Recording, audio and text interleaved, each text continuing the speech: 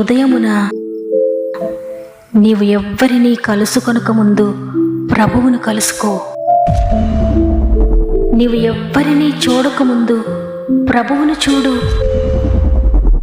నీవు ఎవ్వరితో మాట్లాడకముందు ప్రభువుతో మాట్లాడు. నీవు దేనిని వెదకకముందు ఆయన రాజ్యమును నీతిని వెదకు.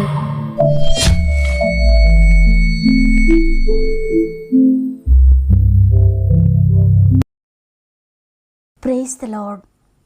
ప్రభు నామంలో మీ అందరికీ నా యొక్క ప్రత్యేకమైన శుభములు తెలియజేస్తూ మరి ఒకసారి గాడ్ ఫస్ట్ అనే వాగ్దాన కార్యక్రమానికి మిమ్మల్ని అందరినీ ప్రేమతో ఆహ్వానిస్తూ ఉన్నాను.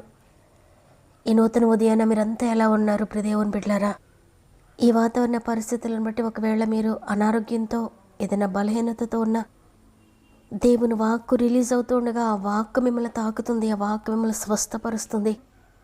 ఆ మాటే నమ్మదగినది, ఆ మాటే మనల్ని ఆదరించేది, మనల్ని బలపరిచేది, మనల్ని స్వస్థపరిచేది.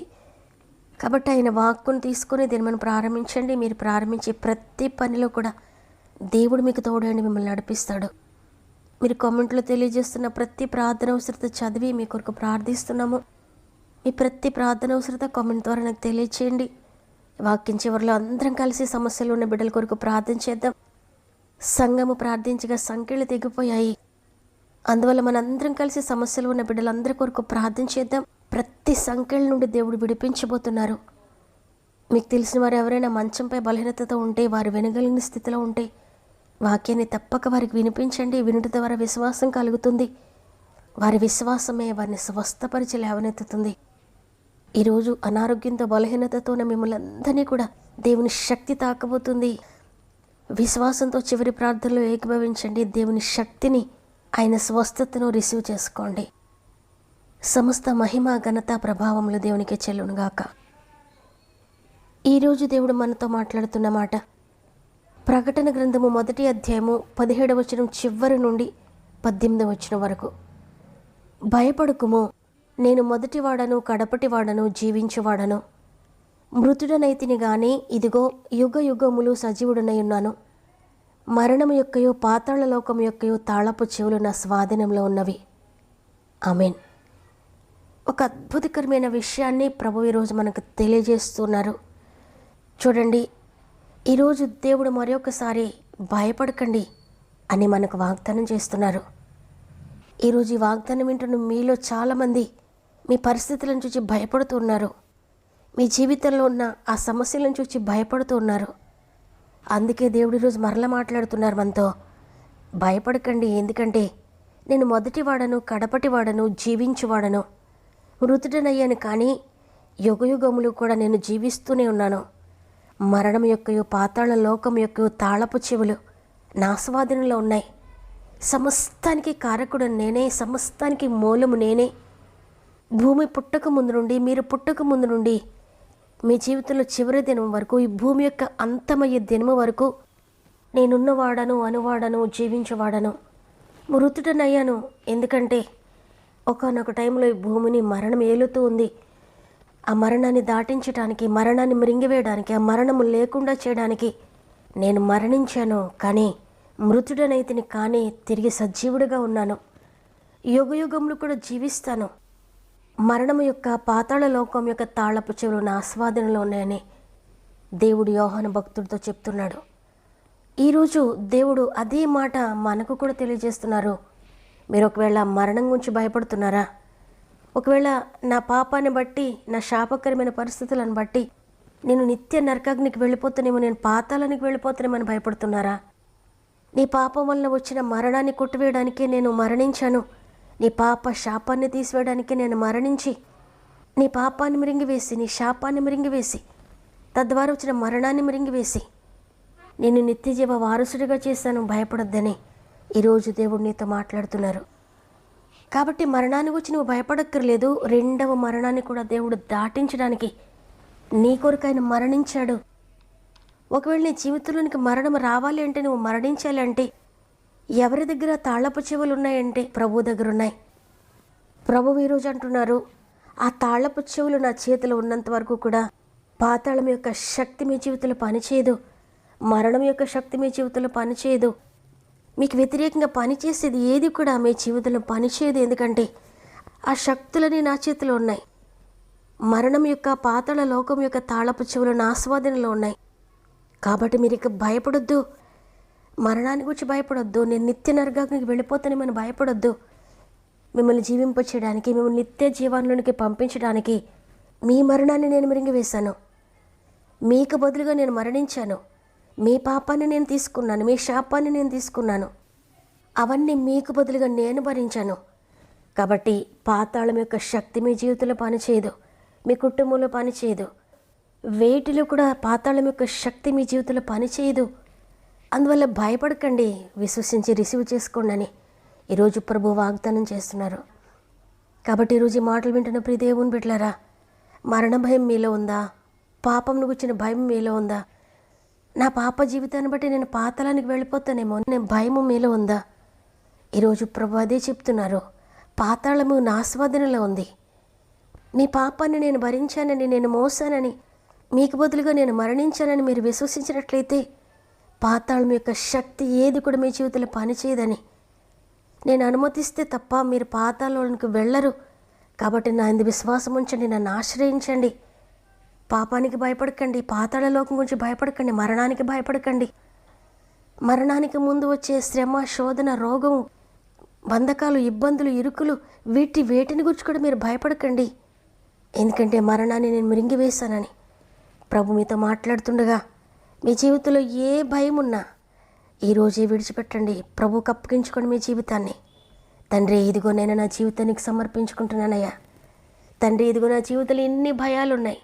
నిజమే, నా పాపాన్ని గురించి నిజమే, నేను నిత్య నరకాగ్నికి వెళ్తే నేను భయపడుతున్నాను. నా రోగం గురించి భయపడుతున్నాను, పాపాన్ని గురించి భయపడుతున్నాను.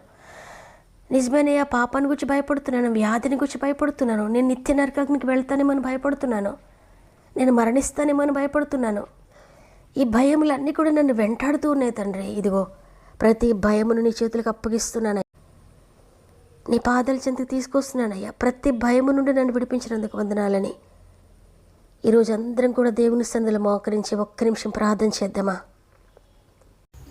భయపడకుము, జడియకుము, వెరవకుము, దిగులు పడకుము. యాకోబు, ఇది యెహోవా వాక్కు. యాకోబు, ఇది యెహోవా వాక్కు.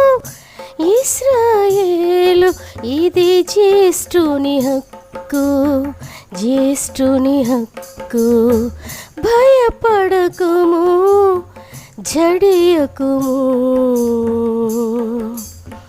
సృజించి తిని, నిర్మించి తిని, చెర నుండి నిన్ను విముక్తి చేసితి.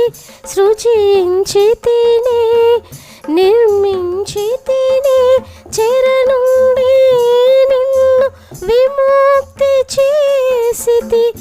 చేసుకుంటినా సక భాగముగా, చేసుకుంటినా సక భాగముగా, రాసుకుంటినా సౌభాగ్యవతిగా. భయపడకుము, జడియకుము, వెరవకుము, దిగులు పడకుము. యాకోబు, ఇది యెహోవా వాక్కు. యాకోబు, ఇది యెహోవా వాక్కు. ఇశ్రాయేలు, ఇది జ్యేష్ఠుని హక్కు, జ్యేష్ఠుని హక్కు. భయపడకుము, జడియకుము. తండ్రి, నీకు వందనాలు. నీ యొక్క ఉచిత కృపను బట్టి మరి యొక్క దినాన్ని చూడడానికి, ఈరోజు మరలా నీతో మాట్లాడుకోవడానికి, నీ మాటలు వినడానికి సహాయం చేశారు తండ్రి. నీకు వందనాలు అయ్యా. ఈరోజు వాగ్దానం చేశారు, భయపడొద్దు, నేను మొదటివాడను, కడపటివాడను, జీవించేవాడను, మృతుడనైతిని కానీ ఇదిగో యుగయుగంలో సజీవుడిగా ఉన్నాను. మరణం యొక్క, పాతాళ లోకం యొక్క తాళపు చెవులు నా ఆస్వాదనలో ఉన్నాయి. ఈ లోకంలో మీకు సంభవించే దేనికోసం మీరు భయపడక్కర్లేదు. సమస్తము నా ఆధీనంలో ఉన్నాయి, నా స్వాధీనంలో ఉన్నాయి. 2000 సంవత్సరాల క్రితమే సిలువలో సమస్తాన్ని సమాప్తం చేశాను. మీ పాపాన్ని, శాపాన్ని, రోగాన్ని, వాటి ద్వారా వచ్చే మరణాన్ని నేను మృంగివేశాను. సమస్తమును గూర్చి కూడా నేను వెల్ల చెల్లించాను. మీ విడుదల కొరకు, మీ సంతోషం కొరకు, మీ సమాధానం కొరకు, మీ ఆరోగ్యం కొరకు, మీ సమృద్ధి కొరకు వెల చెల్లించబడింది. కాబట్టి విశ్వాసంతో రిసీవ్ చేసుకోండి. దేనికి భయపడొద్దని వాగ్దానం చేశారు.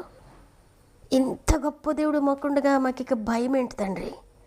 ఇంత అద్భుతగాడు మాకుండగా, సమస్తాన్ని స్వాధీనం చేసుకున్న నీవు మాకుండగా మేము ఇక దేనికి భయపడాలయ్యా? ఏ విషయాల గురించి మేము కలవరపడాలి, కంగారు పడాలి? మరణమే మా మీదకి వచ్చినా మేము భయపడక్కర్లేదు. ఈ లోకమంతా మా మీద పడిపోయినా మేము భయపడక్కర్లేదు. మరణకరమైన వ్యాధులు మాపైకి వచ్చినా భయపడక్కర్లేదు. మరణకరమైన పాపముతో కొట్టుమిట్టాడుతున్నా భయపడక్కర్లేదు.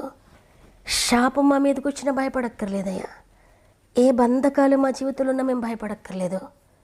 ఎందుకంటే మీరు సమస్తాన్ని భరించానని చెప్పారు.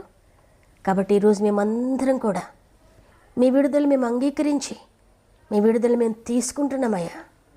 మా ఆత్మీయ కుటుంబాలందరూ కూడా మీ విడుదలను తీసుకోవడానికి, విశ్వసించి రిసీవ్ చేసుకోవడానికి పరిశుద్ధాత్ముడ ప్రతి ఒక్కరిని మీరు తాకండి. నేను ఆత్మీయతలు తెరవండి. ఇంకా ప్రతిదానికి భయపడడానికి దాస్యపాత్మను పొందలేదు, దత్తపుత్రాత్మను మేము పొందాము. ఇక దేనికి భయపడక్కర్లేదు, ఆయన శక్తిని మేము పొందుకున్నామని ప్రతి ఒక్కరూ కూడా విశ్వసించడానికి, నీ జీవాన్ని పొందుకోవడానికి, నీ శక్తిని పొందుకోవడానికి సహాయం చేయండి అయ్యా. ప్రాముఖ్యంగా ఎంతమంది బిడ్డలు ఎన్నో సమస్యల్లో ఉండి, తీరని వేదనలో ఉండి, తీరని బాధల్లో ఉండి, దుఃఖంలో ఉండి, ఎన్నో సంవత్సరాలుగా ఒక కార్యం కోసం కనిపెడుతూ ఆర్థికంగా నలిగిపోతూ, శారీరకంగా నలిగిపోతూ, మానసికంగా నలిగిపోతూ, ఆత్మీయంగా నలిగిపోతూ, సామాజికంగా నలిగిపోతూ, ఎవరికి చెప్పుకోవాలో కూడా తెలియక నీతో చెప్పుకుంటున్నారు. వారి సమస్యలన్నీ కామెంట్స్ ద్వారా నీకు తెలియజేస్తున్నారు. మీరు చూస్తున్నారు తండ్రి, మీకు మరుగైంది ఒక్కటి కూడా లేదయ్యా. వారి దుఃఖాన్ని చూస్తున్నారు, వారి వేదనను చూస్తున్నారు, వారి కన్నీటిని చూస్తున్నారు, వారి బాధను చూస్తున్నారు. తప్పక విడుదల దయచేస్తానని ప్రతి ఒక్కరి జీవితంలో ఉన్న ప్రతి బంధకము నుండి విడిపిస్తున్నందుకు వందనాలనైనా. నైనా ఒక్కటే తండ్రి, నేను విశ్వసిస్తున్నాను.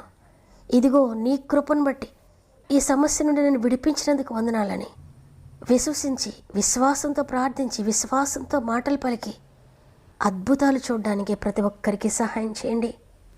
మా ఆత్మీయ కుటుంబంలో అనేక అద్భుతాలు జరిగిస్తున్నందుకు నీకు వందనాలు చెల్లించుకుంటూ ఈ దినం మనం ప్రారంభిస్తూ ఉండగా రోజంతా మా ఆత్మీయ కుటుంబం అంతటికీ తోడని నడిపిస్తారని యేసయ్య పరిశుద్ధమైన నామములో అడిగి వేడుకుంటున్నాను తండ్రి, ఆమేన్.